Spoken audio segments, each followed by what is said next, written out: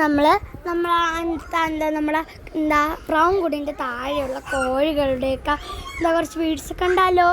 ആദ്യം ഒരറയിൽ നമ്മുടെ ഒരു കോഴിയമ്മയും കുറച്ച് കുട്ടികളും ഉണ്ട് കേട്ടോ.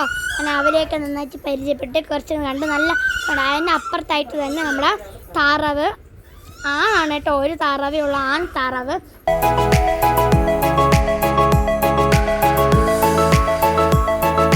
അത്യാവശ്യം നല്ല വലിപ്പമുണ്ട്.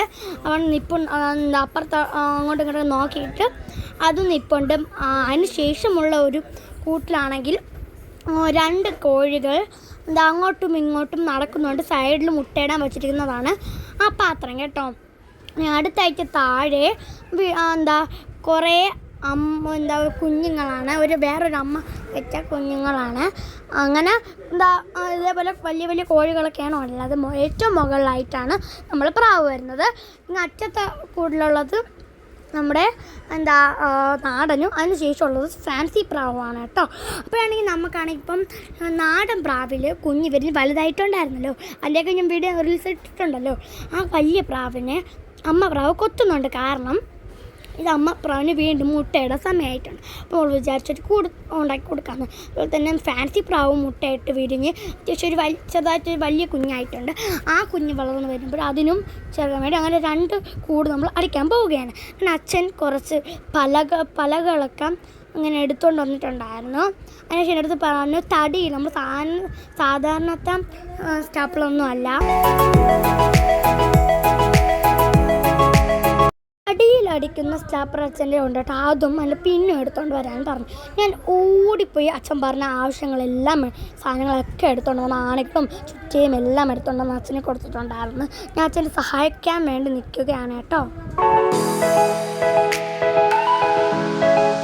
നടുക്കൊരു പലക വെച്ചിട്ട് 2 സൈഡിലും വേറെ 2 പലക വെച്ചിട്ട് ആണി വെച്ച് നന്നായിട്ട് അടിച്ച് ഉറപ്പിച്ച് ഇവിടെ വച്ചിട്ടുണ്ട്. എന്നിട്ട് കുറച്ചും കൂടെ ഒട്ടിക്കാൻ വേണ്ടിയിട്ട് ബലത്തിരിക്കാൻ വേണ്ടി അച്ഛൻ നമ്മളെ സ്ലാപ്പർ എടുത്ത് വെച്ചിട്ട് തല ഓടിക്കാൻ സ്ലാപ്പർ എടുത്ത് വെച്ച് ഇങ്ങനെ അടിച്ചിട്ട് ചുറ്റി വെച്ചൊന്നും കൂടെ ഉറപ്പിച്ച് കൊടുക്കുന്നതും കൂടെ ഉണ്ട് കേട്ടോ. ഇങ്ങനെ വയ്ക്കുമ്പോൾ നല്ല സ്ട്രോങ് ആയിട്ട് ഇരിക്കാൻ അത് സഹായിക്കും. വീട്ടിലെ പ്രാവും കൂടും, അതുപോലെ പ്രാവും കൂട് മാത്രമല്ല, അതുപോലെ തന്നെ നമ്മുടെ കോഴിക്കുള്ള കൂടുകളും എല്ലാം എൻ്റെ അച്ഛൻ തന്നെയാണ് കേട്ടോ കൂടൊക്കെ അടിച്ച് ചെയ്തിട്ടുണ്ടായിരുന്നത്. തടിയും എല്ലാം വാങ്ങി നമ്മുടെ ഇഷ്ടത്തിന് അച്ഛൻ പറഞ്ഞ പോലെ തന്നെ കുറച്ച് ദിവസം എടുത്തെങ്കിൽ പെട്ടെന്ന് തന്നെ അച്ഛൻ നമുക്ക് ചെയ്തു തന്നിട്ടുണ്ടായിരുന്നു. അച്ഛന് ഈ ഗവൺമെൻറ് ജോലി കിട്ടും മുമ്പേ അച്ഛൻ കൂലിപ്പണിയായിരുന്നു. അതുകൊണ്ട് അച്ഛനാണ് കാർപ്പൻ്ററായിരുന്നു. അതുകൊണ്ട് എല്ലാ പണിയും എൻ്റെ അച്ഛനറിയാം കേട്ടോ. തന്നെ നിങ്ങൾക്കും ഇതേപോലെ പ്രാവിന് വേണ്ടി കൂടുമെല്ലാം അടിക്കുന്നുണ്ടെങ്കിൽ എൻ്റെ അച്ഛൻ ഇതേപോലെ ചെയ്യുന്ന സിമ്പിൾ ഈസി ആയിട്ടുള്ള ഒരു കുഞ്ഞി കൂടാണ് അച്ഛൻ അടിക്കുന്നത്. നിങ്ങൾക്കും ആണെങ്കിൽ ഇത് നിർത്തി നോക്കി സിമ്പിളായിട്ട് പെട്ടെന്ന് തന്നെ ഉണ്ടാക്കിയെടുക്കാൻ പറ്റും കേട്ടോ ഈ കൂടെന്ന് പറയുന്നത്. ഉണ്ണിക്കുട്ടൻ ഇവിടെ നിന്ന് അവിടെയൊക്കെ നിന്ന് കളിക്കുന്നുണ്ട്. അതിൻ്റെ കൂടെ ആണെങ്കിൽ ആ കൂടിനകത്ത് അവൻ കയറുന്നു, അതിൻ്റെ കൂടെ ഇരിക്കുന്നു, അതൊക്കെ ചെയ്യുന്നുണ്ട്. അപ്പം അമ്മയും അവൻ്റെ കൂടെ നിന്നിട്ട് കാണുകയൊക്കെ ചെയ്യുന്നുണ്ട് കേട്ടോ. പിന്നെ ഞാനും അപ്പാപ്പയും അച്ഛൻ്റെ കൂടെ സഹായിക്കുന്നുണ്ട്. ഉണ്ണിക്കൂടെ ചിലപ്പം ആനയൊക്കെ എടുത്ത് കൊടുക്കുന്നുണ്ട് കേട്ടോ അച്ഛന്.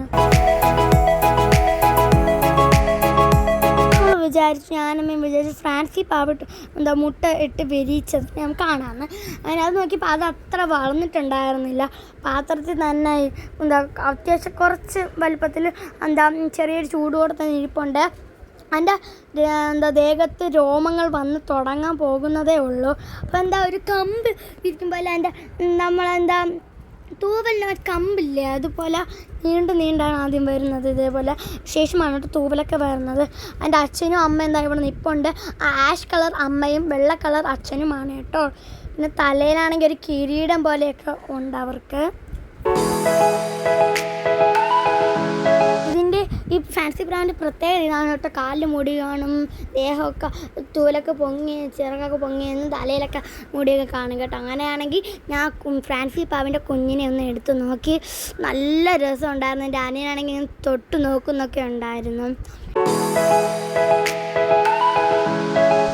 എനിക്കാണെങ്കിൽ പേടി തറയെ വീഴുമെന്നും അതുപോലെ തന്നെ എൻ്റെ അനിയനും കൊത്തുമെന്ന് പേടി. ഈ പ്രാവും കുഞ്ഞിനാണെങ്കിൽ ഞാൻ അതിനെ ഉപദ്രവിക്കുമെന്നുള്ള പേടി, അമ്മയ്ക്ക് ഇതേപോലെ തറയിടുമെന്നുള്ള പേടി. പിന്നെ ഞാൻ കുറച്ച് നേരം ഇങ്ങനെ എടുത്ത് വെച്ച് ഉണക്കുണ്ടായിരുന്നു ഞാനും കൂടെ അങ്ങോട്ടും ഇങ്ങോട്ടും വെച്ച് അതിനെ കളിപ്പിച്ചതിന് ശേഷം നമ്മൾ നേരെ എടുത്ത് ഭദ്രമായിട്ട് കൂട്ടിനകത്തോട്ടെടുത്ത് വച്ചിട്ടുണ്ടായിരുന്നു. ഇപ്പോഴത്തെ കൂടുതൽ നമ്മൾ നാടൻ പ്രാവിനെ നോക്കിയപ്പം നാടൻ പ്രാവ് തന്നെ എൻ്റെ അച്ഛനും അമ്മയും പ്രായമായിട്ടുണ്ട്. അതിൻ്റെ കുഞ്ഞിപ്രാവ് കഴുത്തിലൊരു ആഷ് കളറുള്ളതാണ് കേട്ടോ കുഞ്ഞിപ്രാവ്. അത് നമുക്ക് പെട്ടെന്ന് മനസ്സിലാവുക പോലും ഇല്ല, മൂന്നും ഒരേ പ്രായമുള്ളതാണ് തോന്നുന്നത് കേട്ടോ. അങ്ങനെ അതൊക്കെ പറഞ്ഞുകൊണ്ടിരുന്നപ്പോഴാണ് എൻ്റെ അച്ഛൻ എനിക്ക് കൂടൊക്കെ അടിച്ച് തന്നിട്ടുണ്ടായിരുന്നു. ഞാൻ എൻ്റെ അകത്തോട്ട് കയറ്റി വെക്കുന്നതാണ് നിങ്ങളിപ്പോൾ കണ്ടുകൊണ്ടിരിക്കുന്നത്. ഈ ആഷ് കളർ പ്രാവിനെ കൂടെ ഇതിനകത്തോട്ട് ചേർക്കാനാണ് നമ്മൾ കൂടെ അടിക്കുന്നത്. കാരണം ഞാൻ നേരത്തെ പറഞ്ഞില്ലേ ഒരു സർപ്രൈസ് ഉണ്ടെന്ന്.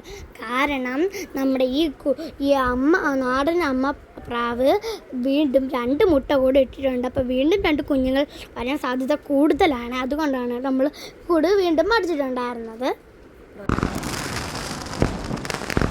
പ്രാവിൻ്റെ പ്രത്യേകത എന്ന് പറയുന്നത് അമ്മപ്രാവും അച്ഛൻപ്രാവും ഒരേപോലെ അടയിരിക്കും. അതുപോലെ തന്നെ ഒരു മുട്ടയിട്ട് അതിനെ അടയിരുന്ന് വിരിയിച്ച് അത് കുറച്ച് അതിൻ്റെയൊക്കെ ഒരു ആവുമ്പോൾ തന്നെ വീണ്ടും അത് മുട്ടയിട്ട് അടയിരിക്കാൻ തുടങ്ങും കേട്ടോ. അതാണ് ഇതിൻ്റെ പ്രത്യേകം.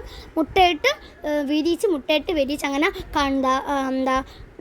വീണ്ടും ഇങ്ങനെ റീപ്ലേസ് ചെയ്തുകൊണ്ടിരിക്കും. അങ്ങനെ അച്ഛനും അപ്പാപ്പയും കൂടെ കുറേ നേരത്തെ പരിശ്രമത്തിന് ശേഷം ഈ ഒരു കൂടടിച്ച് നേരെ കയറ്റി വച്ചിട്ടുണ്ട്.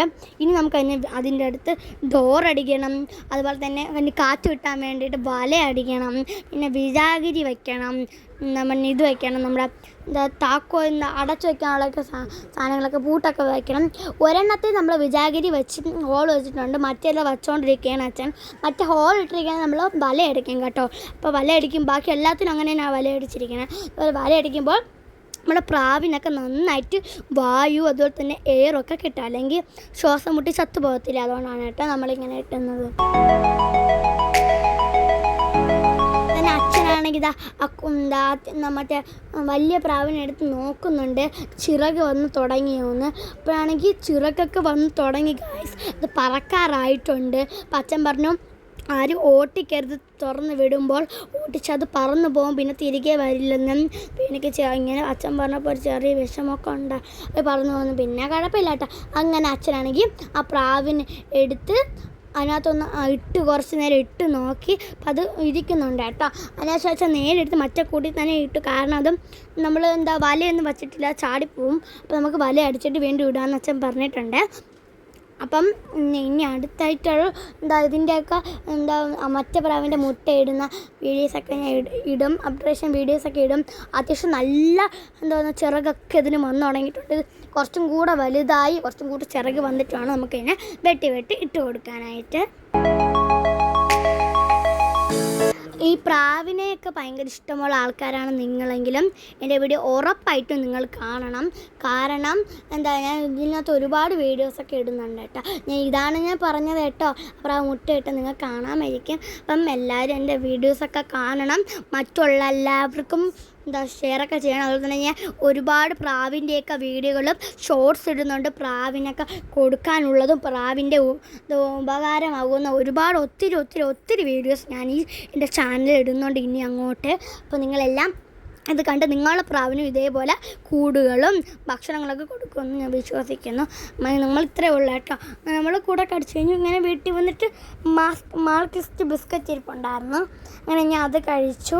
അതിന് ശേഷം അമ്മ എനിക്ക് എവിടെ നിന്നോ ഒരു ഉള്ളിവട കൊണ്ടുവന്നു. അങ്ങനെ ഉള്ളിവടയും കൂടെ കഴിച്ചു. അതിനുശേഷം നമ്മൾ ആ പ്രാവിനൊന്ന് തുറന്ന് വിടാമെന്ന് വിചാരിച്ചു. ഫാൻസി പ്രാവിനെ നാടൻ പ്രാവിനെ. അങ്ങനെ അച്ഛനും കൂടെ ഉണ്ട് കേട്ടോ. അച്ഛൻ ഉണ്ടപ്പോഴേ നമ്മൾ തുറന്ന് വിടത്തുള്ളൂ. എങ്കിൽ അത് പറന്നു പോയാൽ അച്ഛൻ പിടിക്കും, അല്ലെങ്കിൽ കോഴിയൊക്കെ അച്ഛൻ വരുമ്പോൾ മാത്രമേ നമ്മൾ തുറന്ന് വിടാറുള്ളൂ. അങ്ങനെ കോഴി കൊത്തും കേട്ടോ. അങ്ങനെ അച്ഛനാണെങ്കിൽ തുറന്നിട്ടുണ്ടായിരുന്നു. ഒരു പ്രാവാണെങ്കിൽ മുകളിലൊക്കെ ചില സമയത്ത് കയറിയിരിക്കും അച്ഛൻ പ്രാവ്, പിന്നെ താഴോട്ടൊക്കെ ഇറങ്ങി വരും കേട്ടോ പതുക്കെ. അത്ര ദൂരെ ഈ ഷീറ്റിൻ്റെ മുകളിൽ വരെ അതിന് പോകാൻ പറ്റത്തുള്ളൂ, അത്ര ദൂരെ പോകാൻ പറ്റുള്ളൂ, പിന്നെ അങ്ങോട്ട് പോകാൻ പറ്റത്തില്ലല്ലോ, നമ്മൾ ചിറക് വെട്ടിയിട്ടിരിക്കുകയാണല്ലേ. പക്ഷേ മറ്റു ചെറിയ പ്രാവിനാണെങ്കിൽ പറന്നങ്ങോട്ട് പോവാം, കാരണം നമ്മൾ ചിറകൊന്നും വെട്ടിയിട്ടിട്ടില്ല. ഇപ്പോൾ വെട്ടാനും പറ്റത്തില്ല, കാരണം ഇപ്പോൾ വെട്ടിയാൽ ബ്ലഡ് വരാൻ സാധ്യതയുണ്ട്.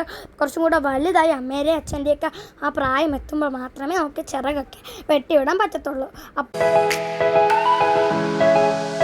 നമുക്ക് അതിന് പറന്നു പോകാൻ പറ്റത്തില്ല. ഈ ഫാൻസിക്ക് നമ്മൾ ചിറക് വെട്ടിവിടേണ്ട ആവശ്യമൊന്നുമില്ല, നിങ്ങൾക്കറിയാമല്ലോ, അത് പറന്ന് പോകത്തുമില്ല. നമ്മൾ വളർത്താനുള്ള പ്രാവാണ് ഫാൻസിയും. നാടൻ പ്രാവെന്ന് പറയുമ്പോൾ പറത്ത് പ്രാവാണ്, പറത്തി വിടാനുള്ള പ്രാവാണ് അല്ലേ. വെള്ളമാണ് നമ്മൾ കൊടുക്കുന്നത്, അതാകുമ്പോൾ നന്നായിട്ട് കഴിച്ചോളൂ. ഒരു കുഞ്ഞെടുത്തുള്ള പലർക്കും